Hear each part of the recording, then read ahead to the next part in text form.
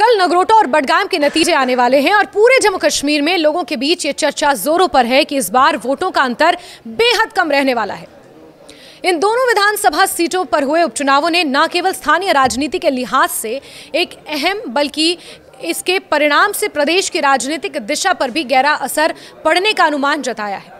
बडगाम और नगरोटा दोनों ही राजनीतिक रूप से संवेदनशील क्षेत्र माने जाते हैं, जहां मतदाता समुदायों का जटिल समीकरण और स्थानीय नेताओं की प्रतिष्ठा का प्रश्न एक साथ जुड़ा हुआ है। नगरोटा में इस बार बीजेपी की प्रतिष्ठा दांव पर है, क्योंकि ये सीट साल 2024 में दिवंगत बीजेपी नेता देवेंद्र सिंह राणा के निधन से खाली हुई थी। बीजेपी ने उनके राजनीतिक उत्तराधिकार को बनाए रखने के लिए उनकी बेटी देवयानी राणा को मैदान में उतारा है।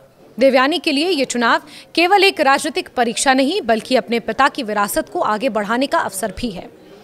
नगरोटा सीट पर बीजेपी ने पिछली बार भारी अंतर से जीत दर्ज की थी, लेकिन इस बार नेशनल कॉन्फ्रेंस की शमीम बेगम और पैंथर्स पार्टी के हर्षदेव सिंह से उसे कड़ी टक्कर मिलती दिख रही है। नगरोटा के शहरी और ग्रामीण मतदाताओं का मिला जुला रिएक्शन हमेशा से इस सीट को रोमांचक बनाता आया है। यहाँ मुस्लिम और गुज्जर समुदाय के मतदाता एक निर्णायक भूमिका अदा करते हैं और उनका झुकाव जिस उम्मीदवार की ओर होता है, जीत का पलड़ा अक्सर उसी के पक्ष में झुक जाता है। नगरोटा में इस बार 74.82% मतदान हुआ, जो काफी उत्साहजनक माना जा रहा है। इतनी बड़ी संख्या में मतदाताओं का निकलकर मतदान करना ये दर्शाता है कि जनता इस चुनाव को गंभीरता से ले रही थी। सुबह 7 बजे से मतदान की प्रक्रिया शुरू हुई और शाम 6 बजे तक शांतिपूर्ण माहौल में संपन्न हुई।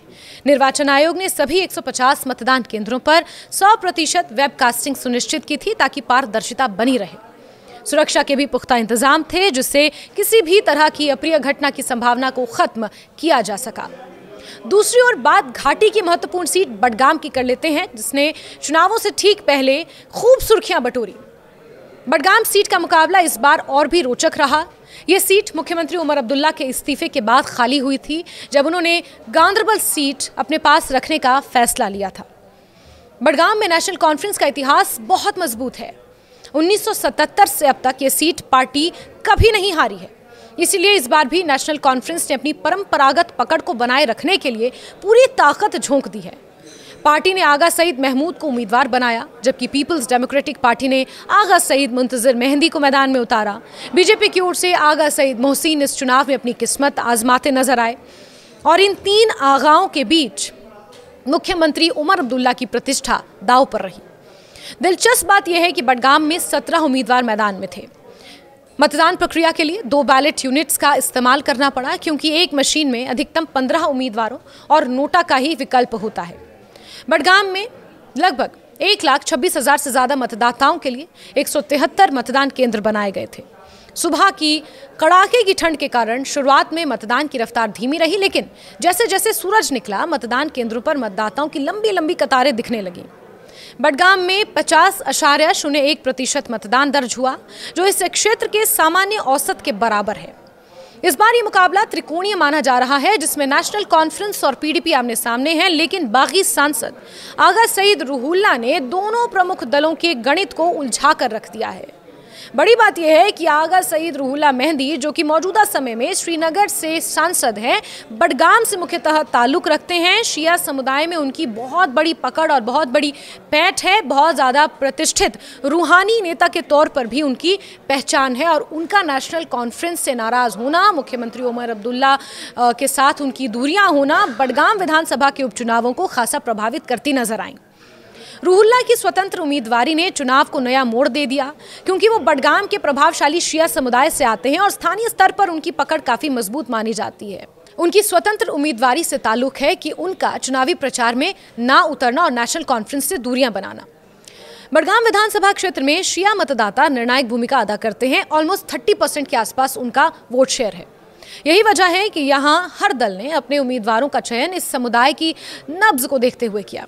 बडगाम में जीत का अर्थ केवल एक विधानसभा सीट हासिल करना नहीं, बल्कि पूरे जिले में राजनीतिक प्रभाव जमाना है। यही कारण है कि मुख्यमंत्री उमर अब्दुल्ला की प्रतिष्ठा भी इस सीट से जुड़ी हुई है। अगर नेशनल कॉन्फ्रेंस ये सीट गंवाती है, तो इसे पार्टी के लिए बड़ा झटका माना जाएगा। बडगाम में कश्मीरी विस्थापित मतदाताओं के लिए भी विशेष प्रबंध किए गए थे। कुल 24 विशेष मतदान केंद्र बनाए गए, जिनमें जम्मू में 19, उधमपुर में 1 और दिल्ली में 4 केंद्र शामिल थे। हालांकि इन केंद्रों पर मतदान अपेक्षाकृत कम रहे। जम्मू में 157, उधमपुर में 11 और दिल्ली में मात्र 10 मतदाताओं ने अपने मताधिकार का इस्तेमाल किया। बावजूद इसके निर्वाचन आयोग ने पूरी प्रक्रिया को पारदर्शी और निष्पक्ष बनाने के लिए विशेष ऑब्जर्वर्स भी नियुक्त किए थे। वोटों की गिनती अब 14 नवंबर को होनी है और परिणामों को लेकर उत्सुकता चरम पर है। राजनीतिक विश्लेषकों का कहना है कि इस बार दोनों सीटों पर परिणाम बेहद करीबी रहने की संभावना है, यानी कि जो वोट का डिफरेंस है, जो मार्जिन है, वो बहुत कम रह सकता है।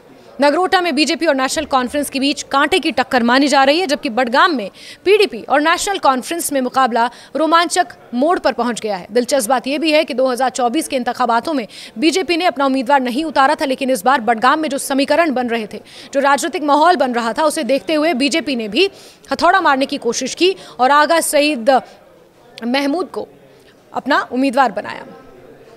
मतदान प्रतिशत और विभिन्न समुदायों के रुझान को देखते हुए कोई भी दल अपनी जीत को लेकर आश्वस्त फिलहाल नहीं है।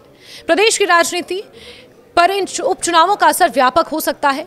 अगर बीजेपी नगरोटा में जीत बरकरार रखती है तो ये पार्टी के लिए जम्मू क्षेत्र में अपनी पकड़ बनाए रखने का संकेत होगा।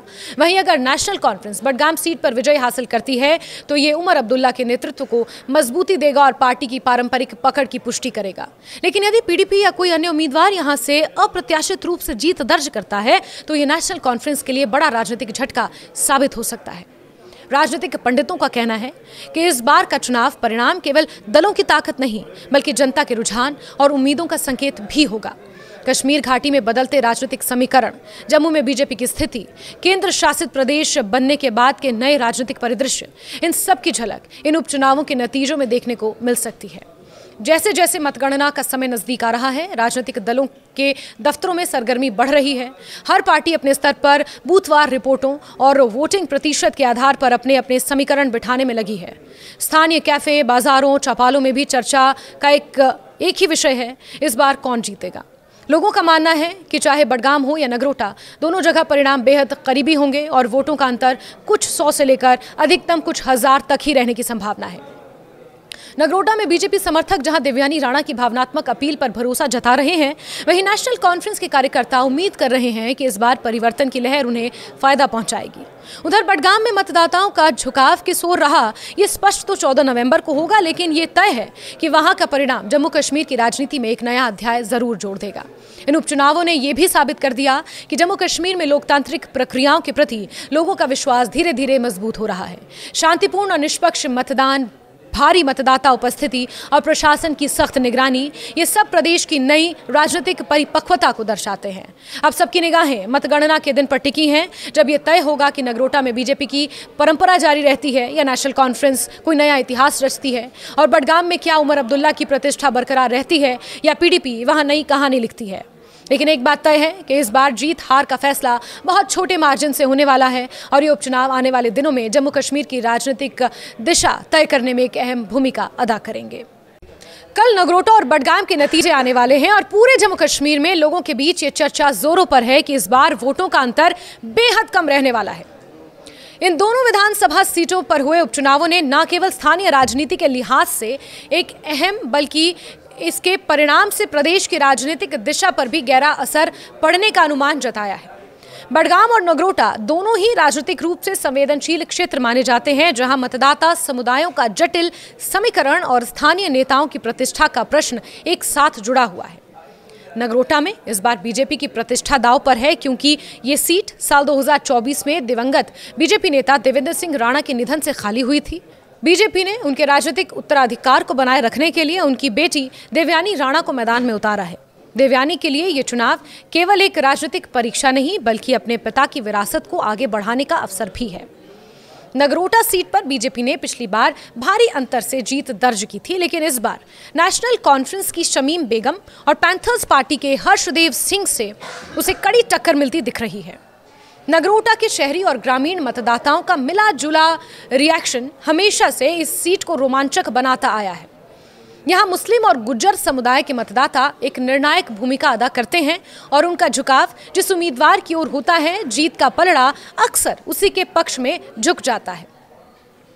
नगरोटा में इस बार 74.82% मतदान हुआ, जो काफी उत्साहजनक माना जा रहा है।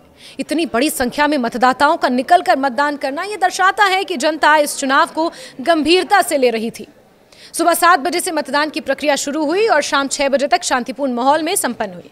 निर्वाचन आयोग ने सभी 150 मतदान केंद्रों पर 100% वेबकास्टिंग सुनिश्चित की थी ताकि पारदर्शिता बनी रहे। सुरक्षा के भी पुख्ता इंतजाम थे जिससे किसी भी तरह की अप्रिय घटना की संभावना को खत्म किया जा सका। दूसरी ओर बात घाटी की महत्वपूर्ण सीट बडगाम की कर लेते हैं, जिसने चुनावों से ठीक पहले खूब सुर्खियां बटोरी। बडगाम सीट का मुकाबला इस बार और भी रोचक रहा। यह सीट मुख्यमंत्री उमर अब्दुल्ला के इस्तीफे के बाद खाली हुई थी, जब उन्होंने गांधरबल सीट अपने पास रखने का फैसला लिया था। बडगाम में नेशनल कॉन्फ्रेंस का इतिहास बहुत मजबूत है। 1977 से अब तक ये सीट पार्टी कभी नहीं हारी है।